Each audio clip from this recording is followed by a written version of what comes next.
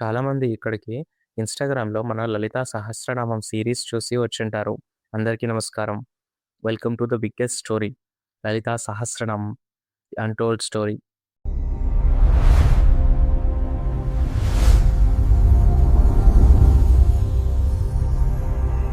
ఈ లలితా సహస్రనామాన్ని హయగ్రీవ స్వామి బ్రహ్మాండ పురాణంలో వివరిస్తూ ఉంటాడు. పరమేశ్వరుడు మన్మధుడిని బూడిద చేశాడు. అక్కడే ఒక ట్విస్ట్ ఉంది. బూడిద చేసిన తర్వాత శివగణాల్లో ఒక గణుడు అక్కడికెళ్ళి ఆ బూడిదలో ఆడుకుంటూ ఒక బొమ్మని చేస్తాడు. పరమేశ్వరుడు ఆ బొమ్మని అలా చూస్తాడు. చూడగానే ఆ బొమ్మకి ప్రాణం వస్తుంది. అతనే భండాసురుడు. ఈ భండాసురుడు లోకంలోని మగవాళ్ళందరినీ నపుంసకులుగా మార్చేస్తాడు. అందరిలో కామం, కోరిక అనే తత్వాన్ని నశింపజేస్తాడు. దీనివల్ల సృష్టి అక్కడితో ఆగిపోతుంది. ఇంక ఎవ్వరూ పిల్లలు పుట్టకపోవడంతో ఇంక సృష్టి ఎలా జరుగుద్ది? అక్కడితో ఆగిపోయింది. సృష్టి అంతా చీకటి కమ్ముకుంటుంది. బ్రహ్మాండాలను కాపాడాల్సిన బ్రహ్మ, విష్ణు, మహేశ్వరులు సైతం చేతులెత్తేశారు. భండాసురుడి రాక్షసత్వానికి అనంతకోటి బ్రహ్మాండాలు వణికిపోయాయి. సృష్టిలో కామం, కోరిక అనే ఆశే నశించిపోయి సృష్టి అంతా అక్కడితో స్తంభించిపోయింది. దేవతలకు ఏం చేయాలో అర్థం కాక చిదగ్నికుండాన్ని వెలిగించి అందులో వాళ్ళ శక్తులను సకల దేవతలు ఆహుతులిచ్చారు. మమ్మల్ని కాపాడు తల్లి అని ఆక్రోధనతో వేడుకున్నారు. ఆ పిల్లల మాటలు తల్లికి వినింది. ఆ తల్లి పేగు కదిలింది. ఆ అగ్నిగుండం నుంచి ఒక మహాశక్తి ఆవిర్భవించింది. శ్రీమాత శ్రీ మహారాజ్ఞి శ్రీమత్ సింహాసనేశ్వరి చిదగ్నికుండ సంభూత దేవ కార్య సముద్యత. సృష్టి మొత్తానికి ఏకైక తల్లి అయిన శ్రీమాతగా బ్రహ్మాండాలన్నిటినీ ఏలే శ్రీ మహారాజ్ఞిలా ఆమె ఆ చిదాగ్నిగుండం నుంచి ఉద్భవించింది. ఆమెని ఎవరూ బ్రతిమిలాడలేదు. తన పిల్లల బాధను చూసి భండాసురుని అంతం చేయడానికి ముందే పర్ఫెక్ట్ ప్లాన్‌తో వచ్చేసింది. దేవకార్య సముద్యత. ఆ తల్లి ఆవిర్భావం ఎలా జరిగిందో 2, 3 శ్లోకాలు వివరిస్తాయి. ఉద్యద్భాను సహస్రాభ చతుర్బాహు సమన్వితాం రాగస్వరూప పాషాఢ్య క్రోధాంకార కుశోజ్వల మనోరూపేక్షు కోదండ పంచతన్మాత్ర సాయిక నిజారుణ ప్రభాపూర మధ్యద్ బ్రహ్మాండ మండల. ఉద్యద్భాను సహస్రాభ. చీకటిలో మునిగిపోతున్న ఈ విశ్వానికి ఒకేసారి 1000 మంది సూర్యులు ఉదయిస్తే ఎలా ఉంటుందో అంతటి తేజస్సుతో ఆ తల్లి చిదగ్నిగుండం నుంచి ఉద్భవించింది. చతుర్బాహు సమన్విత. ఆ తల్లికి 4 చేతులున్నాయి. రాగస్వరూప పాషాఢ్య క్రోధాంకార కుశోజ్వల. ఆమె చేతిలో పాశం, అంకుశమున్నాయి.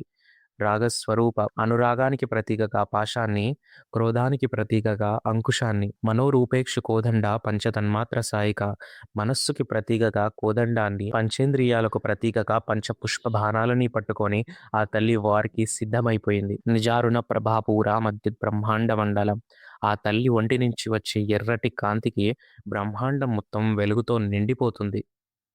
ఆ తల్లి వెలుగు ముందు భండాసురుడి ఔన్నత్యం కాలి బూడిదైపోవాల్సిందే.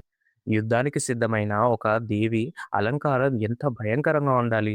అలాంటిది మన జగన్మాత ఎలా అలంకరించుకుందో ఈ 4, 5 శ్లోకాల్లో ఎంత అందంగా వివరించారో చూడండి.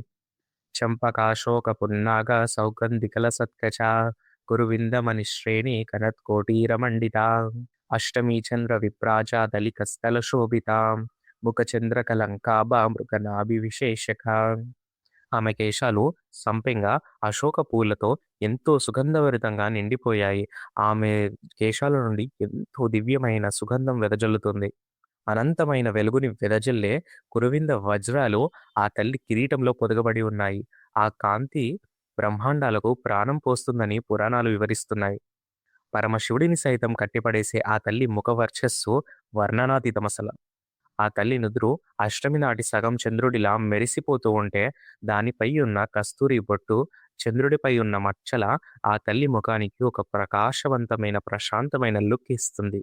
ఆ లుక్‌కి మన పరమశివుడే ముగ్ధుడైపోయాడు. మనమెంత? ఆ తల్లి తన పిల్లల పట్ల ఎంత కరుణతో ఉంటుందో ఈ 5, 6 శ్లోకాలు వివరిస్తుంటాయి.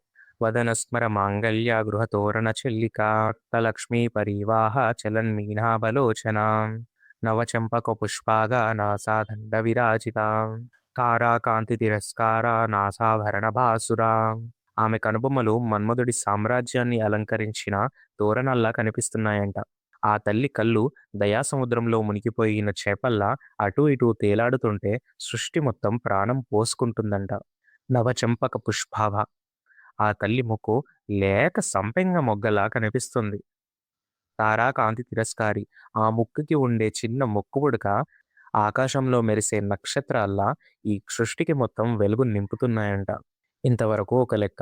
ఇప్పుడు ఈ 8వ శ్లోకంలో అమ్మవారి వైభవాన్ని ఎలా వివరించారంటే, ఆ తల్లి ముందు భండాసురుడు ఎంత అల్పుడో మనకి అర్థమవుతుంది. కదంబమంజరి క్లుప్త కర్ణపూర మనోహర తాటంకయుగలీభూత తపనోడుపమండల. ఆ తల్లి చెవులకు కదంబ పూలు గుత్తులుగా అలంకరించబడి ఉన్నాయి. తాటంకాలు. కానీ ఆ తల్లి తన చెవులకు కమ్మల్లా ఏం ధరించిందో తెలుసా? మన ఈ సోలార్ సిస్టమ్‌కే ప్రాణాధారమైన వాళ్ళు సూర్య చంద్రులనే ఆ అమ్మ తన చెవులకు కమ్మల్లా ధరించింది. అవును.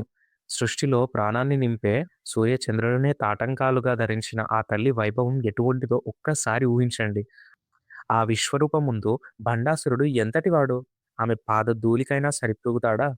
ఆ సూర్యచంద్రుల కాంతి ఆ తల్లి ముఖం మీద పడి, ఆమె ముఖం ఎలా మెరిసిపోతుందో, ఆ తల్లి చిరునవ్వుతో ఈ సృష్టికి ఎలా ప్రాణం పోస్తుందో, ఈ 9, 10 శ్లోకాలతో ముగిస్తాయి.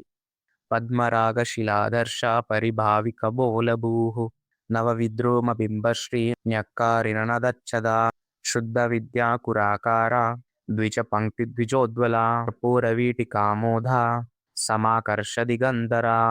ఆమె చెక్కిళ్ళు పద్మరాగ మణుల్లా మెరుస్తుంటాయి. ఆమె పెదవులు పగడాల కంటే ఎర్రగా ఉంటాయి. ఆ తల్లి పల్లవరుస శుద్ధ విద్య అంత పవిత్రమైనది. కర్పూర వీటికామోద. భయంతో వణికిపోతున్న బ్రహ్మాండాలన్నీ ఆ తల్లి నోట్లో తాంబూలం వేసుకొని నవ్వులుతుంటే, దాన్నుంచి వచ్చే సుగంధం ఆ బ్రహ్మాండాల్లో నిండిపోయి, చనిపోయిన బ్రహ్మాండాలన్నీ మళ్ళీ ప్రాణం పోసుకుంటాయి. సృష్టిలోని అన్ని బ్రహ్మాండాల దిక్కు ఆ సుగంధం వెళ్ళి, ఆ తల్లి వైపు ఆకర్షితులవుతారు. ఇంతటి వైభవం మన శ్రీమాత. సృష్టిని కాపాడే శ్రీమాత ఆవిర్భావం జరిగిపోయింది. ఆమె దివ్యమైన బ్రహ్మాండమైన రూపాన్ని మనం ఇక్కడ దర్శించుకున్నాం. సూర్యచంద్రులనే కమ్మలుగా ధరించిన ఈ తల్లి యుద్ధరంగంలోకి ఎలా అడుగుపెట్టింది? సరస్వతి దేవిని సైతం సైలెంట్ చేసే ఆ తల్లి వాయిస్ ఎలా ఉంటుంది? సాక్షాత్తు పరమశివుడు ఆమె మెడలో కట్టిన మాంగళ్యం పవర్ ఏంటి? బ్రహ్మాండాలను సైతం ధరించే ఆ తల్లి వడ్డానం గురించి తెలుసుకుందాం. వీటన్నిటి గురించి నెక్స్ట్ పార్ట్‌లో చూద్దాం. మన పురాణాల్లో ఉన్న ఎన్నో కథలను నేను మీకు వివరించే ప్రయత్నం చేస్తాను. సబ్స్క్రైబ్ చేసుకొని స్టే ట్యూన్డ్. మన ఇన్‌స్టాగ్రామ్ ప్రొఫైల్‌ని కూడా చెక్ చేయండి. అక్కడ భైరవ సీరీస్ సూపర్ హిట్. శ్రీమాత్రే నమః.